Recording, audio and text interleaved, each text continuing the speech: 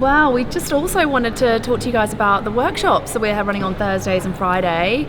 Thursday still has tickets for the GOMA for Art and Mindfulness, which sounds unbelievable. Yes. You had a couple of workshops you were looking at on the Friday as well, didn't you?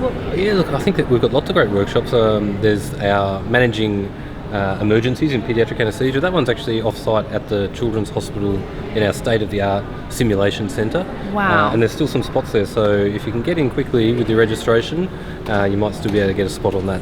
Anaphylaxis speed dating, that sounds amazing. I'd love to go to that. Dangerous, but, and pre-admission clinic, who cares?